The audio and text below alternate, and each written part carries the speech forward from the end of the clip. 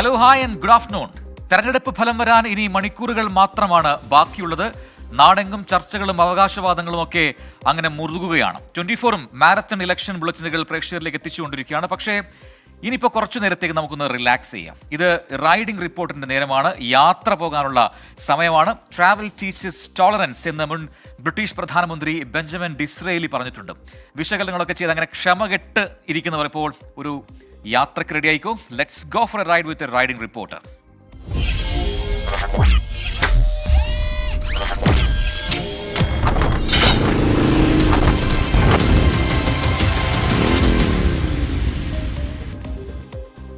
അപ്പോൾ ഫ്രഷായി തുടങ്ങാൻ നമ്മൾ നേരെ പാലക്കാട്ടേക്കാണ്. ചില സിനിമകളിലെ വീടും സ്ഥലങ്ങളുമെല്ലാം നമ്മുടെ മനസ്സിൽ അങ്ങ് പതിഞ്ഞു കിടക്കും അല്ലെ. പ്രത്യേകിച്ച് അതിലെ പാട്ട് രംഗങ്ങളൊക്കെ ആണെങ്കിൽ അതിൻ്റെ ബാക്ക്ഗ്രൗണ്ടും അതിൻ്റെ പശ്ചാത്തല സംഗീതവും ഒക്കെ ചേർന്ന് വരുമ്പോൾ ആ സ്ഥലങ്ങൾ നമ്മുടെ മനസ്സിൽ അങ്ങനെ കിടക്കുകയാണ്.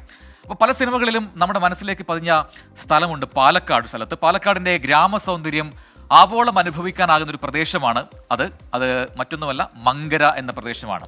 നിരവധി സിനിമാ ഷൂട്ടിങ്ങൾക്ക് പശ്ചാത്തലമായിട്ടുള്ള മങ്കരയിലേക്കാണ് ഇന്ന് റൈഡിംഗ് റിപ്പോർട്ടറിന്റെ ആദ്യ യാത്ര. Let's enjoy.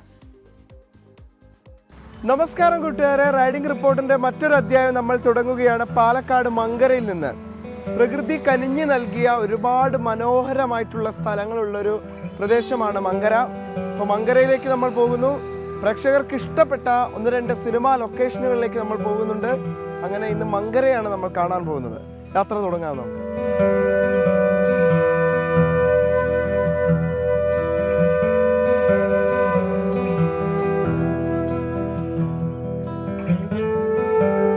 മങ്കരയിലേക്കുള്ള യാത്ര നമ്മളെ വളരെയധികം എക്സൈറ്റ് ചെയ്യിപ്പിക്കുന്നുണ്ട്. കാരണം പാലക്കാടിൻ്റെ ഗ്രാമ സൗന്ദര്യം അത് എല്ലാ ഭാഗങ്ങളിലും ഉള്ള ഒരു പ്രദേശം ഏതെന്ന് ചോദിച്ചാൽ നമുക്ക് പറയാൻ പറ്റുന്ന ഒരു സ്ഥലമാണ് മങ്കര. ഈ ഷൂട്ടിംഗ് ലൊക്കേഷനുകളുടെ കാര്യം മാത്രമല്ല, അല്ലാതെ തന്നെ നമുക്ക് കണ്ണിന് കുളിർമയേകുന്ന ഒരുപാട് നല്ല സ്ഥലങ്ങളുള്ള ഒരു പ്രദേശം കൂടിയാണ് മങ്കര. നമ്മൾ ആദ്യം പോകുന്നത് മലയാളികൾക്ക് ഒരുപാട് പ്രിയപ്പെട്ട ഒരു സിനിമയായിരുന്നു മീശമാധവൻ. മീശമാധവൻ ഷൂട്ട് ചെയ്ത ഒരു വീട്ടിലേക്കാണ്, മങ്കരയിൽ തന്നെയുള്ള ഒരു വീട്ടിലേക്കാണ് നമ്മുടെ ആദ്യത്തെ യാത്ര.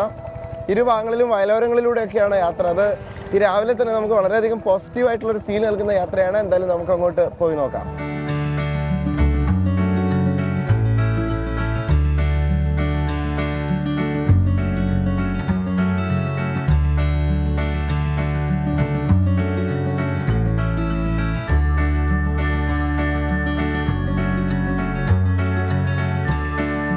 റൈഡിംഗ് റിപ്പോർട്ടിന്റെ ഭാഗമായി മങ്കരയിൽ എത്തിയപ്പോഴാണ് മനോഹരമായൊരു കാഴ്ച കണ്ടത്.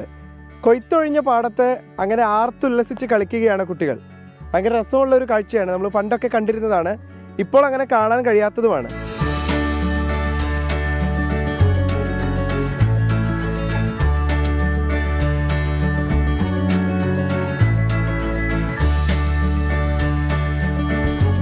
അങ്ങനെ നമ്മൾ ആദ്യ ലൊക്കേഷനിൽ എത്തിയിരിക്കുകയാണ്. മലയാള സിനിമാ ആസ്വാദകർക്ക് ഒരിക്കലും മറക്കാൻ കഴിയാത്ത ഒരുപാട് മുഹൂർത്തങ്ങൾ സമ്മാനിച്ച ഒരു സിനിമയായിരുന്നു മീശമാധവൻ. കള്ളനെ പോലും സ്നേഹിക്കാൻ മലയാളിയെ തോന്നിപ്പിച്ച ഒരു സിനിമയാണത്. ആ സിനിമയിലെ വളരെ പ്രധാനപ്പെട്ട ഭാഗങ്ങൾ ചിത്രീകരിച്ച ഒരു ലൊക്കേഷനാണിത്. ദിലീപൊക്കെ താമസിച്ചിരുന്ന വീടാണ്. പാലക്കാട് മങ്കരയിലാണ് ഈ സ്ഥലം. ഈ വീടിൻ്റെതാ ഈ ഭാഗത്ത് നിന്നാണ് ഹരിശ്രീ അശോകനും സംഘവും ഒക്കെ ചേർന്ന് ദിലീപിനെയും കുടുംബത്തെയും കണി കാണിക്കുന്നത്. ഈ പടവിലിരുന്നവർ സംസാരിക്കുന്നതൊക്കെ നമ്മൾ കണ്ടതാണ്. ഈ വീടിൻ്റെ മുൻഭാഗം വളരെ ഭംഗിയായിട്ടുള്ളൊരു പാടമാണ്, ഒരു നെൽപ്പാടമാണ്. വളരെ ഭംഗിയുള്ള കാഴ്ചകളാണ്. ഈ ഗ്രാമം ഒന്നടങ്കം സമ്മാനിക്കുന്നത് ആ തരത്തിലുള്ള കാഴ്ചകൾ തന്നെയാണ്. എന്തായാലും ഈ വീടിൻ്റെ മനോഹാരിത നമുക്ക് ആസ്വദിക്കാം. വളരെ പഴമയുടെ ഭംഗി അങ്ങേയറ്റം പരിപാലിച്ചുകൊണ്ട് മുന്നോട്ട് പോകുന്ന ഒരു വീടാണ്. ആ വീടിൻ്റെ ആ ഭംഗി നമുക്ക് കാണാം. മിന്നാമിന്നും തുലാമിന്നൽ മിന്നാറും ഞാൻ കോരാം, വെയിലത്തിരിക്കുമ്പം വീശി തണുക്കാൻ മേഘവിശറിയുണ്ടാക്കാം.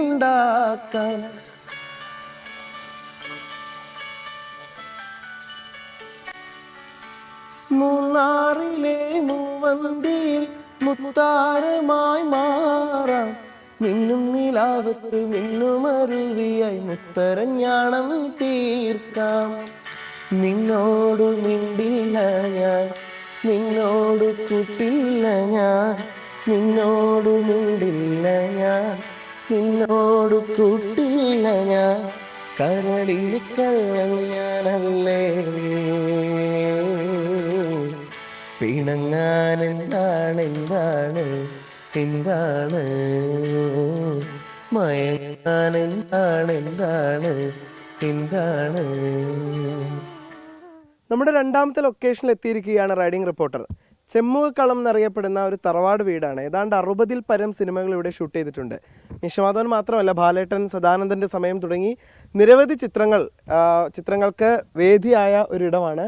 അത് വളരെ ഭംഗിയായി തന്നെ പരിപാലിച്ചു പോരുന്നുണ്ട്. അതാണ് അതിൻ്റെ പ്രത്യേകത. ഒരു റെനോവേഷനൊക്കെ കഴിഞ്ഞിട്ട് ഇരിക്കുകയാണ്. പക്ഷേ മലയാളികൾക്ക് ഒരിക്കലും മറക്കാൻ കഴിയാത്ത ഒരു പിടി നല്ല സിനിമകൾ സമ്മാനിച്ചൊരു വീട് കൂടിയാണ്.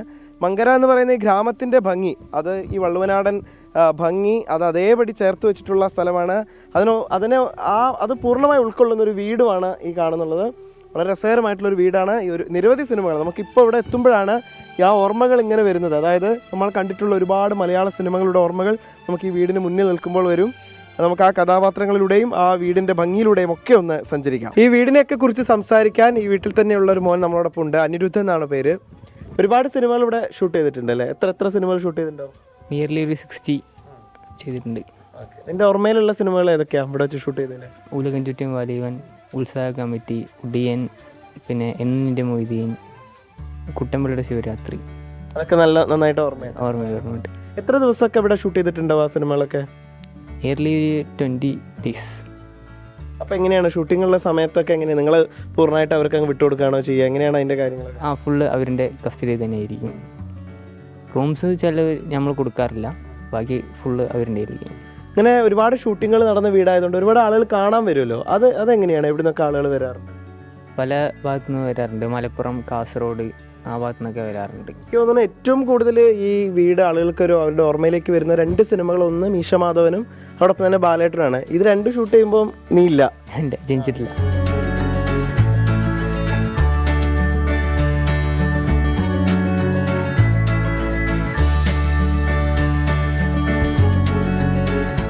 അങ്ങനെ മങ്കരയിലൂടെയുള്ള റൈഡിംഗ് റിപ്പോർട്ടർ സമാപിക്കുകയാണ്. നമ്മൾ 2 ഷൂട്ടിംഗ് ലൊക്കേഷനുകൾ കണ്ടു. മലയാളികൾക്ക് ഏറെ പ്രിയപ്പെട്ട ഒരുപാട് സിനിമകൾ ഷൂട്ട് ചെയ്ത 2 ഇടങ്ങൾ കണ്ടു. അതോടൊപ്പം തന്നെ മനോഹരമായിട്ടുള്ള ഗ്രാമക്കാഴ്ചകളും നമ്മൾ കണ്ടു. റൈഡിംഗ് റിപ്പോർട്ടർ ഇങ്ങനെ ഒരുപാട് നല്ല കാഴ്ചകൾ പ്രേക്ഷകരെ കാണിച്ച് മറ്റൊരിടത്തേക്ക് യാത്ര ചെയ്യുകയാണ്. വീണ്ടും നമുക്ക് അടുത്ത അധ്യായത്തിൽ കാണാം. അപ്പോൾ അതാണ് മങ്കര ഗ്രാമം. ഒരുപാട് പ്രേക്ഷകർ കമൻറ്റ് ചെയ്യുന്നുണ്ട്. നിഖിൽ പ്രമേഷിൻ്റെ പാട്ട് സൂപ്പർ ആയിട്ടുണ്ടെന്ന് പറയുന്നു. അപ്പോൾ ഇതാരാണപ്പോൾ ഈ പാട്ടുകാരൻ? അരെ വാഹ് എന്ന് വിജയകുമാർ പറയുന്നു. പിടച്ചതിലും വലുതാണല്ലോ അളയിലിരിക്കുന്നത് പാട്ടുകാരാന്നൊക്കെ MTS പറയുന്നു.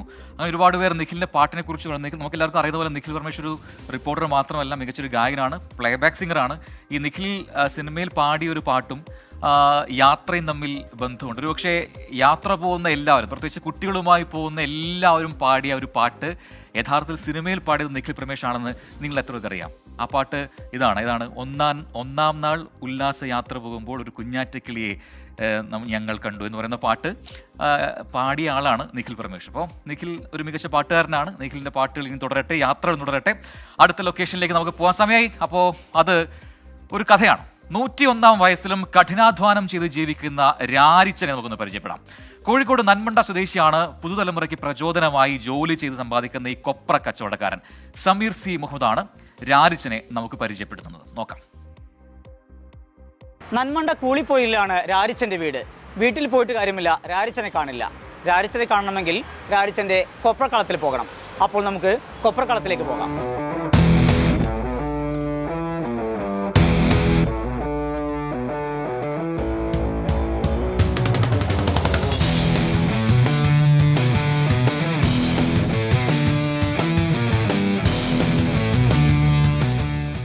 നമ്മുടെ രാരിച്ചൻ ചേട്ടനും മകൻ ഭാസ്കരേട്ടനും അവർ തൊഴിൽ തുടങ്ങിയിട്ടുണ്ട്. തേങ്ങ പൊതിക്കുന്നതും അതുപോലെ തന്നെ തേങ്ങ അതിൽ നിന്ന് എടുക്കുന്നതൊക്കെ ആയിട്ടുള്ള പ്രവൃത്തികളിലാണ്. നമുക്ക് അവരുടെ വിശേഷങ്ങളിലേക്ക് പോകാം.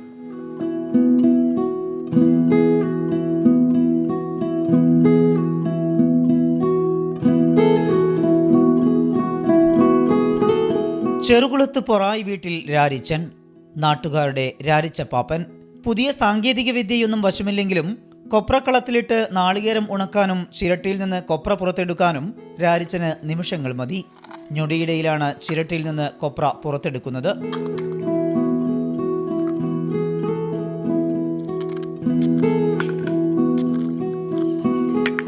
ഒരു ദിവസം 1000-ഓളം കൊപ്ര പുറത്തെടുക്കും.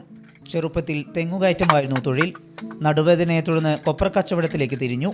ഇപ്പോൾ 6 പതിറ്റാണ്ടായി കൊപ്രക്കച്ചവടമാണ് ഉപജീവനമാർഗം. ഭക്ഷണപ്രിയനായ രാരിച്ചന് ബിരിയാണിയാണ് ഏറെ ഇഷ്ടം. രാവിലെ 8 മണിക്ക് ആ തേങ്ങ ഉരുണ്ടാൻ വരും ചിരട്ടയ്ക്ക്. പിന്നെ അങ്ങനെ ചിരട്ടയ്ക്ക് ഒരു ഉച്ചയാണ് 12 മണി വരെ. പിന്നെ ചായ കുടിച്ചിട്ട് സമയം ഉണ്ടെങ്കിൽ ഒത്തിരി കഴിക്കും.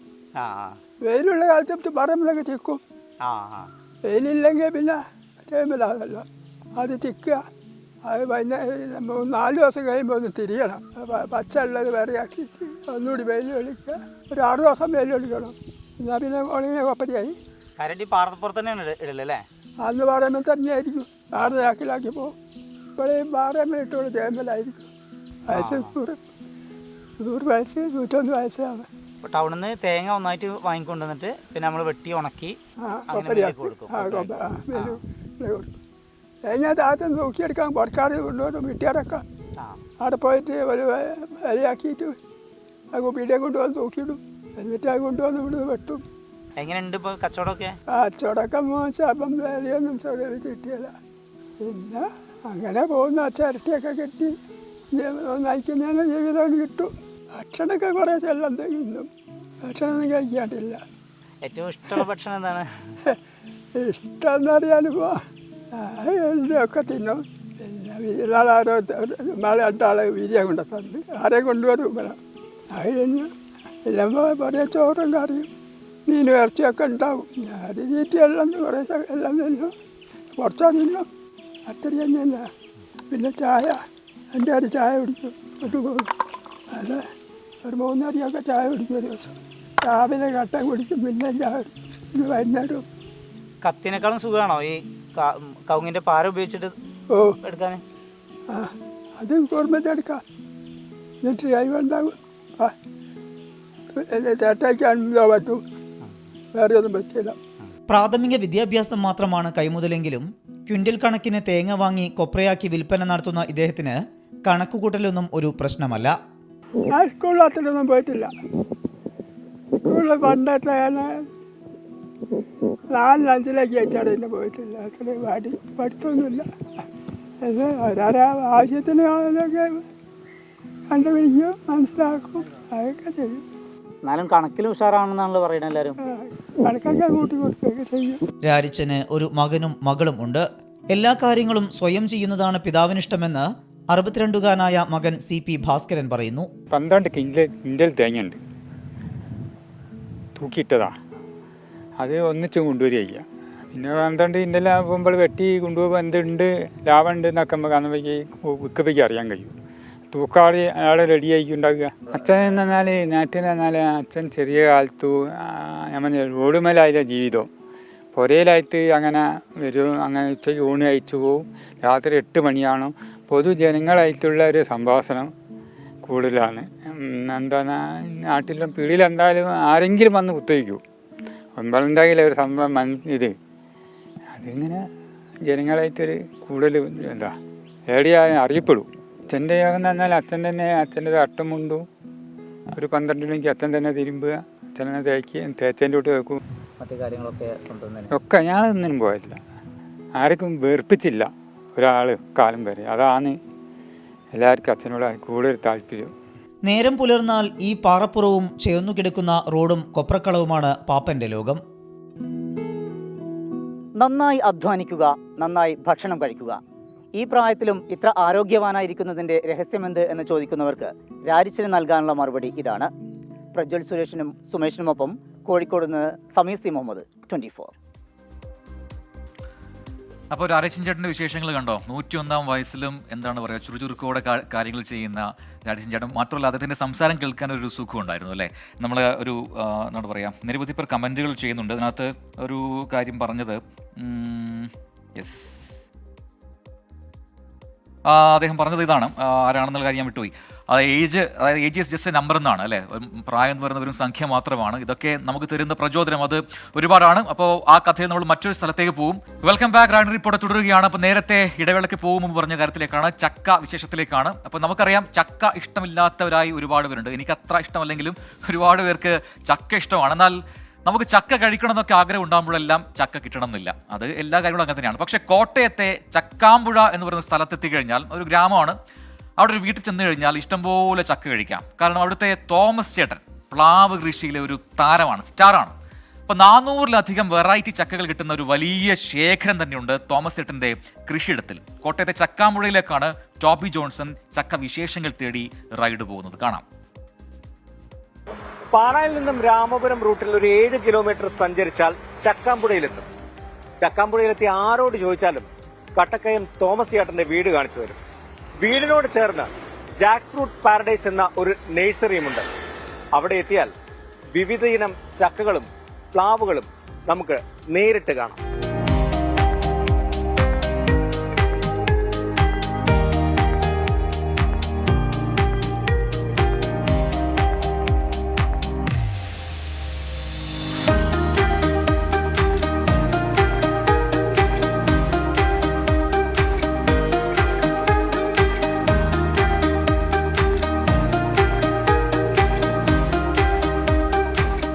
ചക്കാമ്പുഴയിലുള്ള തോമസ് ചേട്ടന്റെ വീട്ടിലേക്ക് എന്തായാലും നമ്മൾ എത്തിയിരിക്കുകയാണ്. കട്ടക്കയം തോമസ് ചേട്ടൻ എന്ന് പറയുന്ന തോമസ് ചേട്ടന്റെ ചക്ക വിശേഷങ്ങൾ നമുക്ക് നേരിട്ട് അദ്ദേഹത്തോട് തന്നെ ചോദിച്ചറിയാം.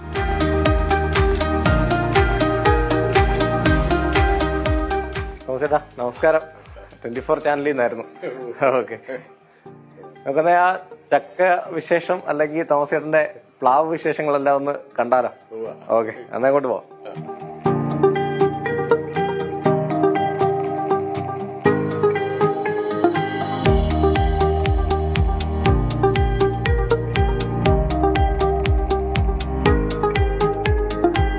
അപ്പൊ എന്ന് തൊട്ടാ ഈ ഒരു ചക്ക പ്രിയം തുടങ്ങിയത്?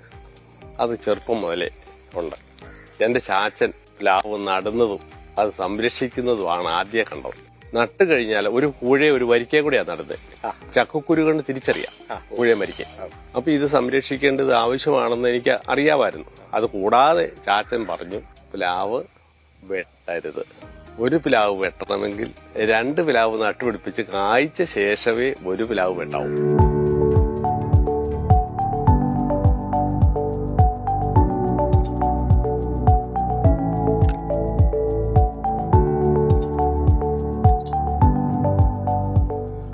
അച്ഛൻ പറഞ്ഞു നൽകിയ അറിവുകളായിരുന്നു തോമസ് എന്ന കർഷകനെ പ്ലാവ് കൃഷിയിലേക്ക് എത്തിച്ചത്. വെറുമൊരു ചക്കക്കുരു കുഴിച്ചിട്ടായിരുന്നു ആദ്യ പ്ലാവ് നട്ടത്. പിന്നീട് ബഡ്ഡിങ്ങിലേക്കും അത് മാറി. ഇപ്പോൾ വലിയൊരു നഴ്സറി തന്നെയുണ്ട് തോമസ് ചേട്ടന്.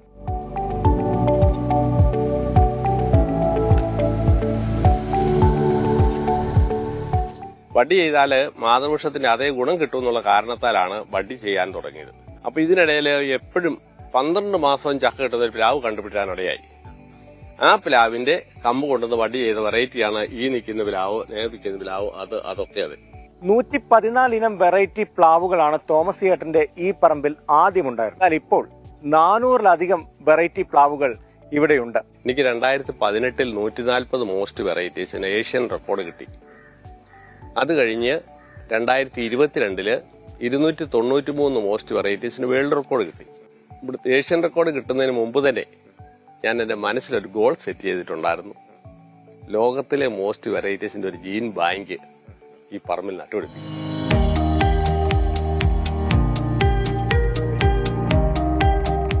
ഇതാണ് നമ്മുടെ നഴ്സറി. പ്ലാവിന്റെ തൈകളെല്ലാം ഉൽപ്പാദിപ്പിച്ച് വിൽക്കുന്ന സ്ഥലം ഇതാണ്. ഓരോ കുറ്റി കാണുന്ന ഓരോ നമ്പർ കാണുന്ന അത് ഓരോ വെറൈറ്റിയുടെ കുറ്റിയാണ് കാണുന്നത്. വിവിധ ഇനത്തിലുള്ള തൈകൾ തോമസ് ചേട്ടൻ നഴ്സറിയിൽ വികസിപ്പിച്ചെടുക്കുന്നുമുണ്ട്. എങ്ങനെ വളം ചെയ്യണം, എങ്ങനെ പ്ലാവ് നടണം എന്നതെല്ലാം തോമസ് ചേട്ടൻ ഇവിടെ എത്തിയാൽ പറഞ്ഞു നൽകും. നമ്മൾ തികച്ചും നാച്ചുറലായിട്ടാണ്, അതായത് മണ്ണും ചാണകവും മാത്രം മിക്സ് ചെയ്യും. അതിൻ്റെ കൂടെ വേറെ ഒരു സാധനം ചേർക്കത്തില്ല. എന്നിട്ട് അത് കൂടയ്ക്കകത്ത് നിറച്ചിട്ട് കൂടയ്ക്കകത്തൊരു ചക്കക്കുരു ഇടും. ആ ചക്കക്കുരു മുളച്ച് കഴിയുമ്പോൾ അത് 2 മാസം പ്രായമാകുമ്പോൾ അതിൽ ബഡ് ചെയ്യും. 1.5 അടി കുഴി കുത്തിയിട്ട് ആ കുഴിയിലൊന്നും ഇടാതെ കല്ലുണ്ടെ പെറുക്കി മാറ്റിയിട്ട് മണ്ണ് തന്നെ ഇട്ട് കുഴി നിരപ്പിന് മൂടണം. അതിനകത്ത് ചാണകം ഒന്നും ഇടേണ്ട കാര്യമില്ല. അത് മൂടി നിരപ്പാക്കിയ ശേഷം ഈ ബഡ് തൈ, ഇത് കൂട്ടൊരു ബഡ് തൈ എടുത്തിട്ട് ഒട്ടിച്ച വശം, ഈ തൈ നിൽക്കുന്ന ഒട്ടിച്ച വശമാണ്, അത് വടക്കോട്ടാക്കി ആ മൂടിയ സ്ഥലത്തിന്റെ മുകളിൽ ഇങ്ങനെ അങ്ങോട്ട് വയ്ക്കും. ഈ കൂട് അടിസഹിതം കീറിയെടുത്ത് കളയണം. ഈ കൂട് കീറി മാറ്റി കഴിയുമ്പോൾ പിന്നെ ഇത്രയും മണ്ണുണ്ട്. ഇതിനൊപ്പത്തിൽ ചുറ്റും ചേർത്ത് ഉണങ്ങിയ ചാണകപ്പൊടി ഇട്ട് കൊടുക്കാം. എന്നിട്ട് ആ ചാണകപ്പൊടി മണ്ണിട്ട് മൂടുമ്പോൾ ചേനയോടൽ പോലെ പൊങ്ങിയിരിക്കും. മഴയത്ത് വെള്ളം കെട്ടി നിൽക്കരുത്. അതിനാണ് ഇത്രയും നിർബന്ധമായിട്ട് നമ്മൾ ആദ്യം കുഴി കുത്തി മൂടി നിരപ്പാക്കുന്നത്.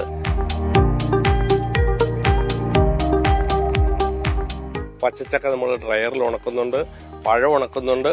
പഴം ഉണക്കിയത് ഒക്കെ നല്ല വൻ ഡിമാൻഡിൽ പോകുന്നുണ്ട്. എന്തോരം ഉണ്ടാക്കിയാലും തികയത്തില്ല.